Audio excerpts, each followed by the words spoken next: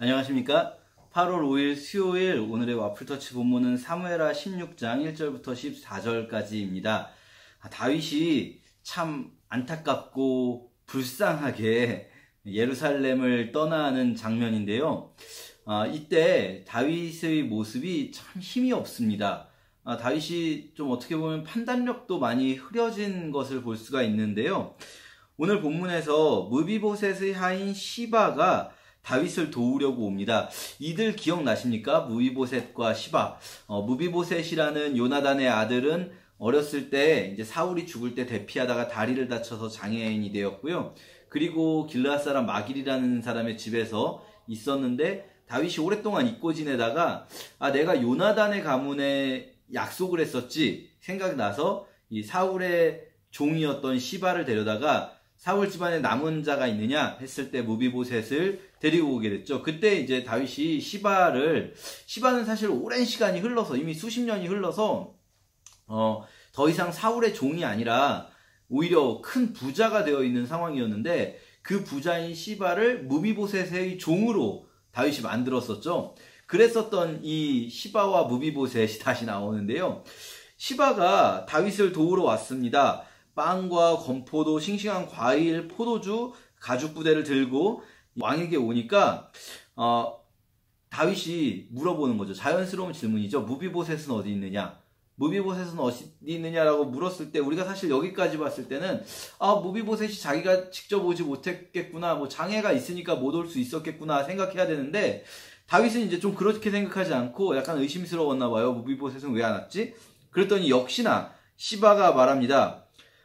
그는 예루살렘에 머물러 있어서 이스라엘 사람들이 자기 할아버지의 나라를 자기에게 돌려줄 것이라고 생각하고 있습니다.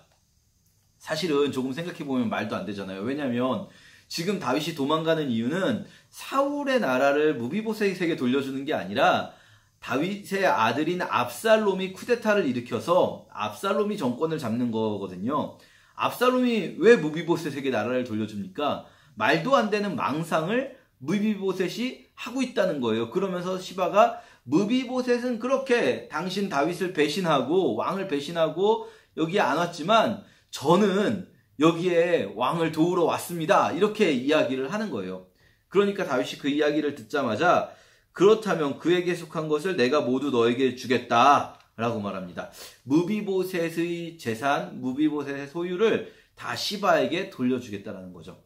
사실 이 부분만 볼 때는요, 저희가 이 무비보셋 정말 은혜도 모르는구나, 나쁜 사람이네 라고 생각을 할 수도 있고, 또 뒤에 나오는 이제 이 시므이 사건도 보면 시므이도 사울의 일종의 사울 잔당이라고 할 수 있죠. 그래서 막 다윗을 저주하는 것을 보면 아직도 사울의 잔당들은 그 꿈을 못 버렸구나, 다윗이 망하는 것을 오히려 막 기뻐하는구나, 무비보셋도 시므이처럼 다윗이 망하는 것을 기뻐하고 있었겠구나 라고 우리가 생각할 수 있는데요. 사실은 뒤에 보면 다윗이 돌아올 때 무비보셋을 만납니다. 그때 성경은 이제 무비보셋의 말이 맞는 걸로 인정을 해주거든요. 그러니까 지금 시바가 거짓말을 하고 있는 거예요. 사실은 사실 시바 입장에서는 어이가 없었을 수 있어요. 나는 이미 사울은 죽은 지 오래됐고 잘 살고 있는데 왜 나를 갑자기 무비보셋의 종으로 만들어버렸나 생각을 하면서 무비보셋이 싫었을 수 있죠. 이 장애를 가진 이 소년이 싫고, 소년도 아니죠, 이미 어른이 됐었죠, 아들도 있는.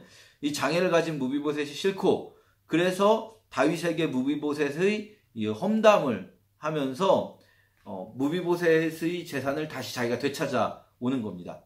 문제는 뭐냐면요, 사실 이 시바가 거짓말을 했는지 무비보셋이 진짜로 안 온 건지 알 수는 없지만 어쨌든 자연스럽진 않잖아요. 더군다나 무비보셋은 장애가 있기 때문에 조금만 생각해보면 무비보셋이 급히 도망가는 상황에서, 다윗이 도망가는 게 지금 급히 이루어진 일 아닙니까? 갑작스럽게.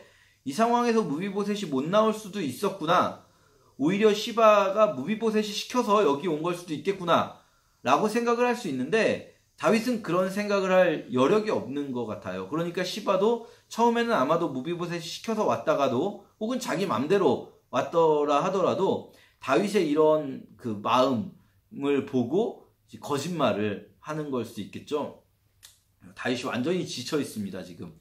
그리고 시므이라는 사람이 막 다윗을 욕하는데도 사실 이 시므이라는 사람 하나 정도는 다윗이 처리할 수 있잖아요. 아직 다윗에게는 군대가 있습니다. 그래서 다윗의 군인들이 이 시므이를 잡아올까요 했을 때, 죽여버릴까요 했을 때 다윗이 놔두라고 해요. 정말 힘이 없는 모습을 보여주죠. 모든 힘이 다 빠져버렸습니다. 그런데요, 그런 상황에서 다윗이 그럼에도 불구하고 어쩌면 그렇기 때문에, 힘이 없기 때문에 하는 이런 고백을 합니다. 12절에 어쩌면 여호와께서 내가 당하는 어려움을 보시고 오늘의 이 저주로 인해서 나를 축복해 주실지도 모른다. 다윗이 정말 어려움을 당하고 있잖아요. 그것이 물론 자기의 잘못으로부터 시작된 어려움이지만 어쨌든 이 큰 어려움을 당하면서 다윗이 바닥을 치면서 오히려 조금 정신을 차리는 것 같기도 합니다. 하나님밖에 없다. 날 도와주실 분 하나님밖에 없는데 내가 이 밑바닥의 모습에서 내가 이렇게 어렵기 때문에 오히려 주님 도와주실지도 모르지 않겠는가 라는 생각을 하게 되었다는 겁니다.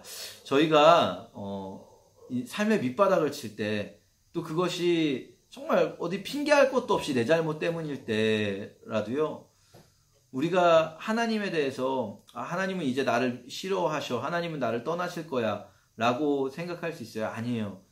오히려 내가 이렇게 인생에 어려움을 겪기 때문에, 이 어려움 때문에 하나님이 나와 함께 하실 수 있어 라는 그 밑바닥을 친 자의 고백을 우리가 귀담아 들을 필요가 있는 것 같습니다. 성경은 그렇게 말씀하시거든요. 사실 예수님의 팔복에서도요, 우리가 정말 인생의 어려움 속에서 애통하고 있을 때 애통하고 있기 때문에 하나님의 위로를 받을 수 있는 거고요. 우리가 너무나 가난할 때 가난하기 때문에 하나님의 공급하심을 경험할 수 있는 것 아니겠습니까? 다윗도 왕으로 있을 때에는 오히려 사울에게 쫓겨다닐 때 가지고 있었던 그 멋진 모습이 사라지고 나태해지고 게을러져서 하나님 원치 않는 모습을 보여주었는데요.